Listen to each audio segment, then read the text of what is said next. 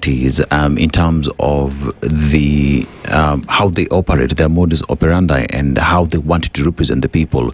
Or is the problem the individuals who've been voted in and forgetting their roles? Now, there's also something that we call political reality.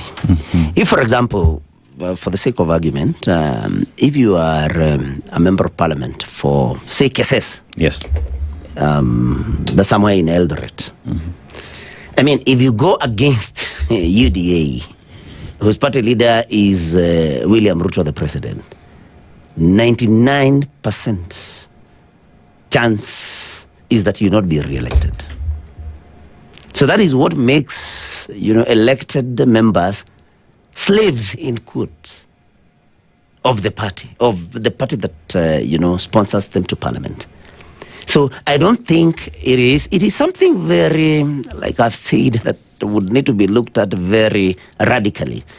But you cannot be able to extricate yourself from the party and the party position. There is always a party position.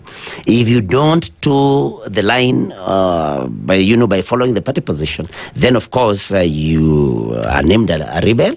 You will first of all be de-whipped from all the committees, in several committees in the House.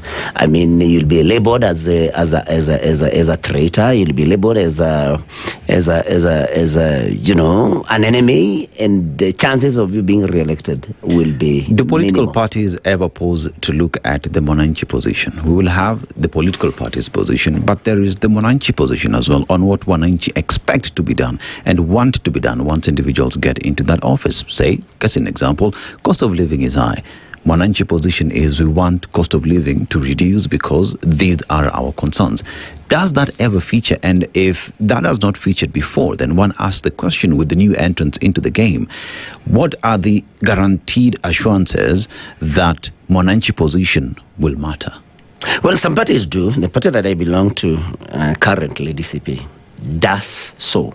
The issues that my party leader will talk about are always issues to do with wananchi.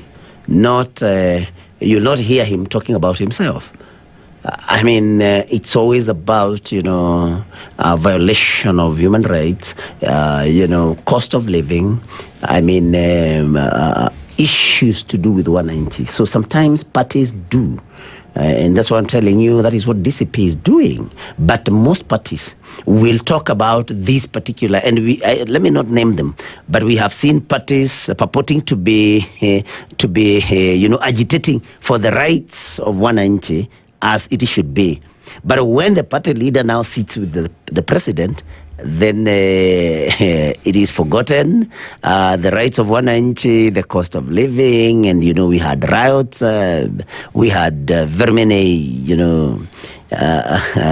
should I call them riots against cost of living earlier in the regime of President Ruto. I mean, if you ask yourself, the people who are leading those demos, I mean, when they sat down with government today, they will talk about the good things that the government is doing. I sometimes challenge them.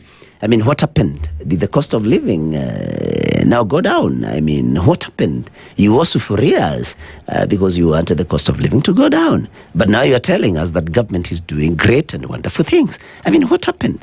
Where is the wananchi? So sometimes it's unfortunate that sometimes parties, use the grievances of wananchi to an extent. But when they are approached by government and they reach an agreement or an arrangement with government, then wananchi is forgotten. And the next thing we hear are maybe leaders from such parties, praising government even better than those who originally belonged to government. So it's unfortunate. Senator,